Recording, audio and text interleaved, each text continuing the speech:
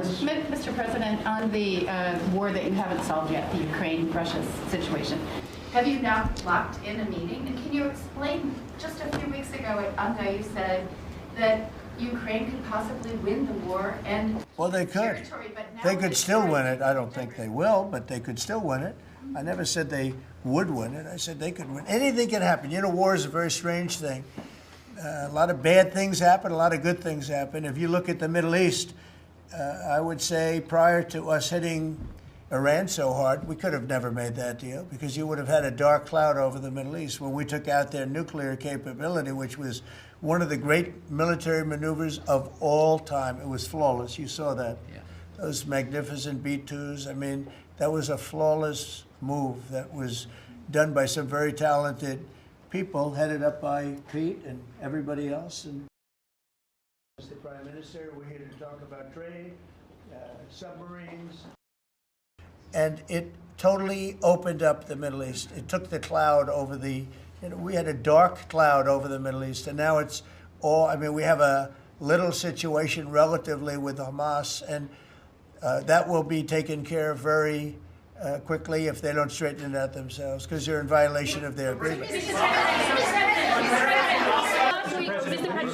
President Putin on Thursday, did you discuss his ongoing attacks on civilian areas in Ukraine? Yeah. Did you talk, did you say cut it out? Did you say show an article of good faith to me?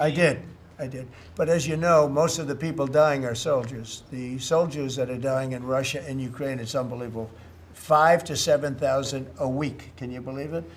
And I look at that and I say it's pretty amazing. But in addition to that, there are attacks on Kiev and some of the other places.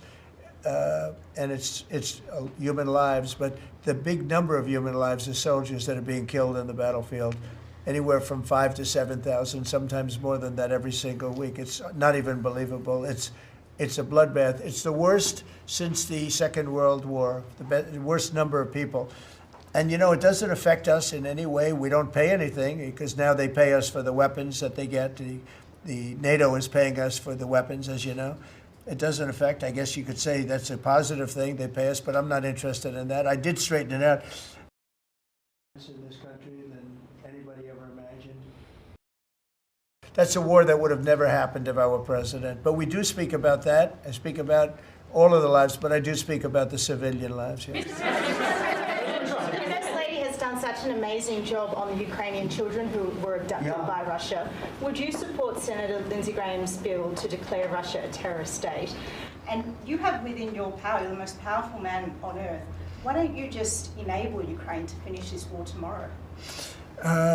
Well, if you knew anything about what you were talking about, you'd be able. You do. I don't think you do, really. I don't think you do because it's a little more complicated than that. But it sounds easy. We're in the process of trying to make a deal. If we make a deal, that's great. If we don't make a deal, it'll be a lot of people are going to be paying a big price.